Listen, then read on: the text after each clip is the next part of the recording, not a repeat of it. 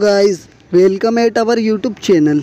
आज की वीडियो में हम पढ़ेंगे 11th क्लास की हिंदी की बुक जिसका नाम है अभिव्यक्ति और माध्यम। इस बुक का आज हम जो चैप्टर पढ़ने वाले हैं उस चैप्टर का नाम है स्फीत लेखन और रोजगार संबंधित आवेदन पत्र। इस चैप्टर के बारे में तो हम कंप्लीट पहले ही से ही पढ़ चुके हैं, वीडियो अपलोड हो चुकी है चैनल के ऊपर हमारे, आप जाके चेक कर सकते हैं हमारी प्लेलिस्ट में। मगर आज की जो वीडियो है वो इस चैप्टर के इम्पोर्टेंट क्वेश्चन के ऊपर है। आज की वीडियो में हम सिर्फ और सिर्फ इस चैप्टर के मोस्ट इम्पोर्टेंट क्वेश्चन पढ़ेंगे जो कि एग्ज़ाम में बहुत बार रिपीट होते हैं। अगर आपने इसके नोट्स के द्वारा अगर चैप्टर पूरी तरीके से नहीं समझाए तो आप उसकी भी वीडियो देख सकते हैं, लिंक डिस्क्रिप्शन में आपको मिल जाएगा। गाइस, इस चैप्टर के जो आपको मैं इंपॉर्टेंट क्वेश्चन बताऊंगा उसका आप पीडीएफ भी डाउनलोड कर सकते हैं। पीडीएफ का लिंक भी आपको डिस्क्रिप्शन में मिल जाएगा, आप वहां से डाउनलोड कर सकते हैं अपना पीडीएफ। तो गाइस, स्टार्ट करते हैं हम अपनी ये वीडियो। हमारा इस चैप्टर का फर्स्ट क्वेश्चन है, स्फीत से आप क्या समझते हैं। यानी कि आपको ये पता होना चाहिए सबसे पहले कि स्फीत आखिर कहते किसे हैं। तो देख लेते हैं स्फीत आखिर होता क्या है। सबसे पहला पॉइंट हमारा ये है कि स्फीत जो है एक पहचान का माध्यम है। ये एक तरीके का लेख होता है, जिस तरीके से आप पत्र लिखते हैं इसी तरीके से स्फीत को भी लिखा जाता है। स्फीत जो है इसे जब लिखते हैं जब कोई व्यक्ति किसी जॉब के लिए अप्लाई करता है। इंग्लिश में इसे आपने इसका नाम सुना होगा, इंग्लिश में इसे कहते हैं बायोडाटा। बायोडाटा जो होता है इसके अंदर कोई भी व्यक्ति अपनी सारी की सारी डिटेल बताता है कि उसने कितनी शिक्षा कहाँ से प्राप्त करी है, उसका नाम क्या है, एड्रेस क्या है, अपने बारे में सारी की सारी पर्सनल डिटेल बताता है। यही होता है आपका हिंदी में स्फीत लेखन। इसी तरीके से हिंदी में भी जब कोई व्यक्ति अपना स्फीत लेखन लिखता है ताकि वो जॉब के लिए अप्लाई कर सके और अपने कंपनी के मालिक को अपनी इंफॉर्मेशन दे सके, इसलिए स्फीत लेखन जो है लिखा जाता है। स्फीत लेखन के अंदर व्यक्ति बताता है अपना जन्म के बारे में, शैक्षणिक योग्यता के बारे में, उसे किस क्लास में कितने अंक मिले थे, कितने प्रतिशत मिले थे, अपने अनुभव के बारे में बताता है व्यक्ति इसके अंदर।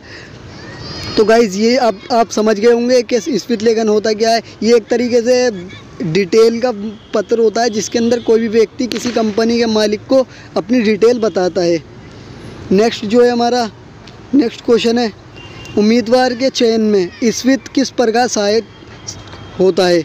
यानी कि जो भी व्यक्ति किसी भी कंपनी में जॉब के लिए अप्लाई कर रहा है वो कहलाएगा उसका उम्मीदवार। तो स्फीत लेखन जो है वो किस तरीके से किसी भी व्यक्ति को सहायता कर सकता है जॉब पाने के लिए। जैसे कि हम जानते हैं कि जॉब के लिए स्फीत लेखन को लिखा जाता है। यानी कि जब भी कोई व्यक्ति स्फीत लेखन को अच्छा लिखेगा तो उसका मालिक उसे आसानी से सिलेक्ट कर लेगा। अगर आप स्फीत लेखन को अच्छी तरीके से नहीं लिख पाएंगे तो आपका सिलेक्शन अच्छी तरीके से नहीं हो सकता। क्योंकि स्फीत लेखन जो है इसको लिखने का मेन कारण यही है कि कंपनी का व्यक्ति जो है जितने भी उम्मीदवार इस जॉब को पाना चाहते हैं जो कि कंपनी में अवेलेबल है, कंपनी का मालिक स्फीत लेखन के द्वारा सभी व्यक्तियों के बारे में डिटेल पढ़ सकता है कि किस व्यक्ति को कितनी योग्यता है, कौन व्यक्ति किस कक्षा तक पढ़ा हुआ है और उसने स्कूल में या कॉलेज में कितने मार्क्स प्राप्त करे हैं। किसी भी व्यक्ति के बारे में कंपनी के मालिक को आसानी से जानकारी हो सकती है स्फीत लेखन को पढ़ने के बाद। तो इस तरीके से हम कह सकते हैं कि किसी भी व्यक्ति की जानकारी प्राप्त करने के लिए स्फीत लेखन ज़रूरी है और जॉब पाने में इसका सबसे बड़ा योगदान है। नेक्स्ट जो क्वेश्चन है हमारा नेक्स्ट क्वेश्चन है, एक अच्छे स्फीत में क्या क्या विशेषता होनी चाहिए। यानी कि अगर आप अच्छे स्फीत की बात करें तो आपको क्या क्या उसके अंदर अच्छाई दिखनी चाहिए जिसे आप कह सकें कि ये एक अच्छा स्फीत है। तो सबसे पहली जो अच्छाई होनी चाहिए वो ये होनी चाहिए कि आपको जो है स्पष्ट रूप से अपनी सारी की सारी बातें बतानी है अपने स्फीत लेखन के अंदर। आपको स्टेप बाय स्टेप अपनी हर जानकारी देनी है। अपने परिचय के बारे में भी बताना है आपको स्फीत लेखन में कि आपका परिचय क्या है, अपनी शैक्षिक योग्यता, अपने एक्सपीरियंस और आपने किस जगह से कौन सी शिक्षा प्राप्त करी है। ये सारी बातें आपको स्टेप बाय स्टेप बतानी है, जब ये आपका स्फीत लेखन जो है वो अच्छा हो सकता है। आपको ये भी बताना है कि आपको कितनी योग्यता है, प्रतिशत कितने अंक आए थे आपके, किस कॉलेज से या किस विद्यालय से आपने कौन सी कक्षा पास करी है। ये सारी जानकारी भी आपको बतानी है। इसके साथ साथ आपको जितने भी शब्द यूज़ करने हैं वो शुद्ध शब्द यूज़ करने हैं, बिल्कुल सरल भाषा में, और अपनी बात जो है स्पष्ट बतानी है, घुमा फिरा के बात नहीं करनी, बहुत कम शब्दों में बहुत ज़्यादा बात समझानी है। ये अच्छे से स्फीत लेखन की विशेषता है। नेक्स्ट क्वेश्चन पर आते हैं हमारे। नेक्स्ट क्वेश्चन है, स्फीत में अन्य योग्यताओं के अतिरिक्त कार्योत्तर गतिविधियों की चर्चा करना क्यों आवश्यक है। सबसे पहले गाइस आपको पता होना चाहिए कि कार्योत्तर गतिविधि जो होती हैं वो होती क्या है। जैसे कि आपने देखा होगा कोई व्यक्ति किसी भी जगह पर पहले काम करता है तो उसे उस काम का एक्सपीरियंस हो जाता है, उस व्यक्ति को पता चल जाता है कि किसी काम में क्या चीज़ किस तरीके से होनी है। अब व्यक्ति वही काम किसी जॉब के लिए अप्लाई करता है, उसी काम को किसी कंपनी में करना चाहता है, तो वहाँ पे उससे पूछा जाता है कि आपको क्या एक्सपीरियंस है, तो व्यक्ति बताता है कि मैं उस जगह पे ये काम कर चुका हूँ और मुझे इतना एक्सपीरियंस है और मैं इस तरीके से काम कर सकता हूँ। तो लोग जो व्यक्ति अपने बारे में बताता है कि मैंने जो जिस तरीके से काम कर रखा है, जिस तरीके से उसे एक्सपीरियंस है काम करने का, वही हर व्यक्ति का होता है कार्योत्तर गतिविधि। यानी कि पुरानी जगह पे जो काम कर चुके हैं वही कार्योत्तर गतिविधि के अंदर देखा जाता है। ये आवश्यक है क्योंकि कोई भी व्यक्ति जो है बस खाली एक व्यक्ति अप्लाई नहीं करता जॉब के लिए हज़ारों व्यक्ति अप्लाई करते हैं एक ही तरह की जॉब के लिए। तो मालिक को चुनने में थोड़ी कठिनाई हो सकती है, कौन व्यक्ति सबसे ज़्यादा अच्छा है, कौन सबसे ज़्यादा बेकार है। तो मालिक हमेशा अच्छे व्यक्ति को चुनेगा। तो अच्छा व्यक्ति वही माना जाता है जिसने अपने सारी की सारी इन्फॉर्मेशन के साथ साथ अपनी कार्योत्तर गतिविधियों के बारे में भी बताया है अपने स्फीत लेखन के अंदर। जिस व्यक्ति ने ये बताया होगा कि मेरे स्फीत लेखन में कार्योत्तर गतिविधि क्या क्या है, मैंने कितना एक्सपीरियंस कहाँ पे ले चुका हूँ, मैं कितना काम कर चुका हूँ, जो व्यक्ति अपना सारा एक्सपीरियंस बताएगा उसी व्यक्ति को आसानी से सिलेक्ट किया जाएगा। तो इसलिए हम कह सकते हैं कि स्फीत लेखन में कार्योत्तर गतिविधि होना ज़्यादा ज़रूरी है ताकि मालिक आसानी से हमारे स्फीत लेखन को पहचान सके और हमें सेलेक्ट कर सके जॉब के लिए। नेक्स्ट जो हमारा नेक्स्ट क्वेश्चन नंबर 5, स्फीत निर्माण की कला में निपुण होना क्यों आवश्यक है। यानी कि कोई भी व्यक्ति जो जॉब के लिए अप्लाई कर रहा है उसे बहुत अच्छी तरीके से स्फीत लेखन लिखना आना चाहिए। इसका आपको रीज़न बताना है। जैसा कि हमें पता है कि किसी भी व्यक्ति को जॉब जो मिलती है किसी कंपनी में वो इसी आधार पर मिलती है कि किस व्यक्ति ने अपनी ज़्यादा से ज़्यादा जानकारी बताई है अपने मालिक को स्फीत लेखन के अंदर। जो व्यक्ति अपनी ज़्यादा डिटेल देता है, अपने एक्सपीरियंस के बारे में बताता है और बहुत अच्छी तरीके से प्रेजेंटेशन करता है स्फीत लेखन के अंदर, स्टेप बाय स्टेप अपनी सारी बातें और जानकारी बताता है, उसी व्यक्ति को आसानी से सिलेक्ट किया जाता है। किसी भी कंपनी में किसी भी व्यक्ति को सिलेक्ट करने के लिए सिर्फ उसका स्फीत लेखन पढ़ा जाता है कि उसने अपने बारे में क्या जानकारी दे रखी है। जो व्यक्ति ज़्यादा अच्छी जानकारी देगा, ज़्यादा जानकारी दे सकेगा अपने स्फीत लेखन के अंदर, उसे सिलेक्ट कर लिया जाएगा।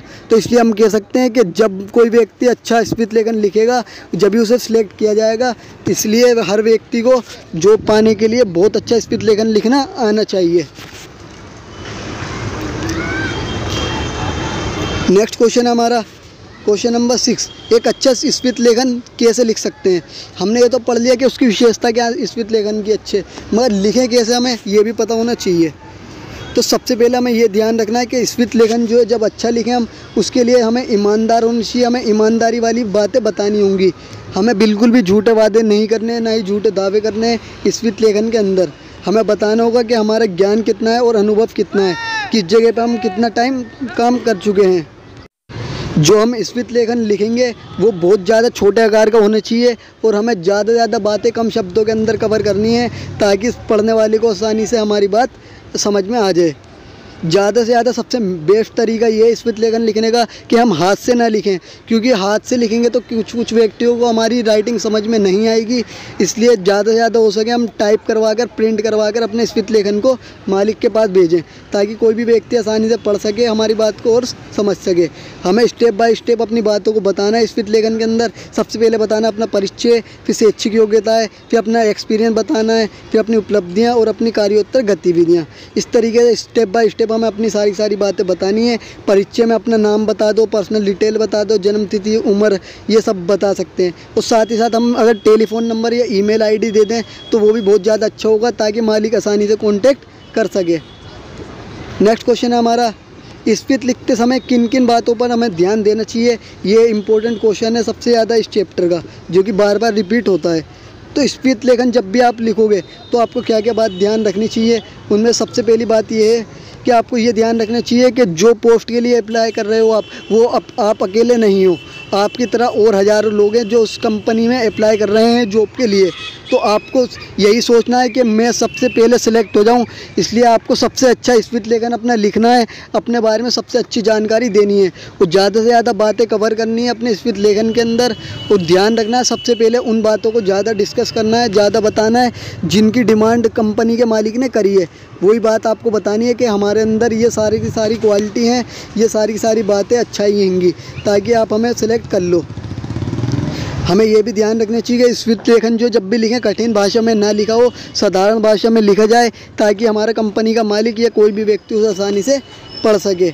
अच्छी तरीके से प्रेजेंटेशन देनी है हमें स्पीच लेखन की, ताकि समझ सके कोई भी व्यक्ति हमारी स्पीच लेखन को। नेक्स्ट जो क्वेश्चन है, ये इस चैप्टर का लास्ट क्वेश्चन है, जो है स्पीच लेखन की भाषा कैसी होनी चाहिए। यानी कि जब आप स्पीच लेखन लिखोगे तो उसकी भाषा कैसी होनी चाहिए। तो सबसे पहले आपको ये ध्यान रखना है कि स्पीच लेखन की भाषा में बिल्कुल भी अलंकारों का प्रयोग नहीं करना है, ना ही समास का प्रयोग करना है, और बिल्कुल भी घुमा फिरा कर बात नहीं करनी है। भाषा जो प्रयोग करनी है वो सरल होनी चाहिए बिल्कुल, और सहज होनी चाहिए, आसानी से किसी भी व्यक्ति को समझ में आ जाए। इस तरीके की आम बोलचाल की भाषा होनी चाहिए लोगों को, ताकि कोई भी व्यक्ति आपकी स्पीच लेखन को पढ़ सके और उसे आसानी से समझ सके। तो आप इस तरीके से कह सकते हो बिल्कुल सरल और बोलचाल की भाषा यूज़ करी जानी चाहिए स्पीच लेखन के अंदर। तो गाइस, आज की वीडियो में इतना ही। थैंक्स।